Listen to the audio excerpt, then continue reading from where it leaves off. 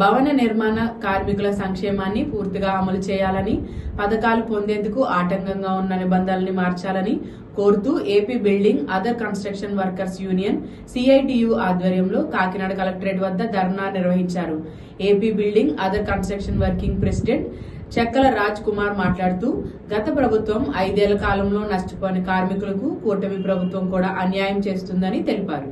తక్షణమే 2019 నుండి ఉమ్మడి తూర్పుగోదావరి జిల్లాలో బకాయి పెట్టిన 5 కోట్ల పరిహారాల 5,000 భవన నిర్మాణ కార్మికుల కుటుంబాలకు చెల్లించాలని డిమాండ్ చేశారు. ఈ కార్యక్రమంలో జిల్లా అధ్యక్ష కార్యదర్శులు నీట్ల శ్రీను, రొంగల ఈశ్వర్రావు తదితరులు పాల్గొన్నారు.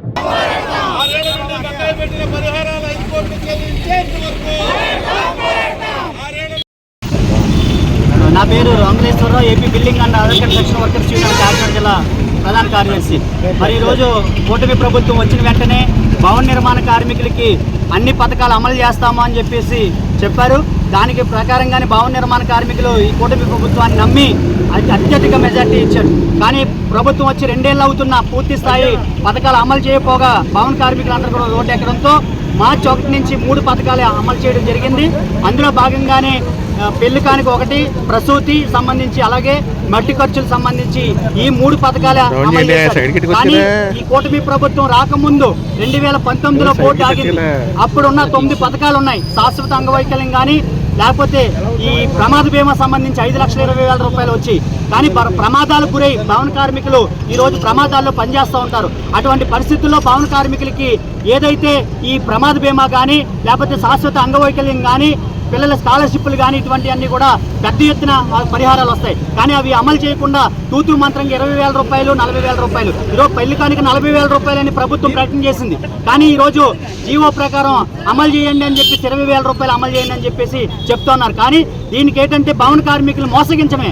ప్రకటన చేస్తే 40,000 రూపాయలు, ఇలా అమలు చేసి 20,000 రూపాయలు. కాబట్టి భవన నిర్మాణ కార్మికులకి ఎవరైతే అర్హులై ఉన్నారో ఈ 6 ఏళ్ల కాలంలో భవన నిర్మాణ కార్మికులందరికీ కూడా పెట్టుకోవడానికి, క్లైమ్లు పెట్టుకోవడానికి అవకాశం కల్పించాలి.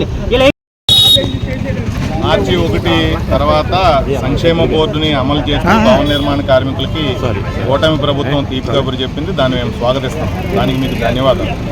అయితే జగన్మోహన్ రెడ్డి ఎవరికైతే అన్యాయం చేశాడో కూటమి ప్రభుత్వం పెద్దలు కూడా వాళ్ళకందరికీ అన్యాయం చేస్తూ ఉన్నారు. కారణం ఏంటంటే మార్చి 1 తర్వాత మాత్రమే సంక్షేమ పథకాలు అమలు చేస్తాం. మరి 6 ఏళ్లలో పెళ్లి లేని, డెలివరీ లేని, ప్రమాద మరణాలు జరిగినాయి, సహజ మరణాలు జరిగినాయి, వాళ్ళందరికీ మీరు ఏం చెప్తున్నారంటే వాళ్ళు ఎవరికి క్లెయిమ్లు చేయము అని చెప్తున్నారు. ఇది న్యాయమా?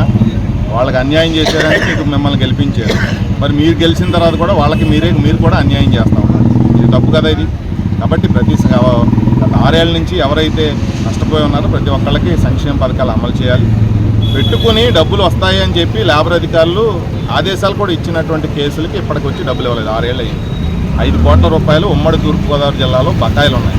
ఈ కేసులు ఎలాంటి కేసులు అంటే ప్రమాదవశాత్తు చనిపోయిన కుటుంబాలు పెద్ద ఇంటి పెద్దను కోల్పోయి రోడ్డును పడిపోయి 6 ఏళ్ల నుంచి ఎదురు చూస్తూ ఉన్నారు. భర్తలను కోల్పోయిన భార్యలు సంపాదించే భర్త లేకపోతే ఎలా బతకాలో తెలియక 6 ఏళ్ల నుంచి ఎదురు చూస్తూ ఉన్నారు.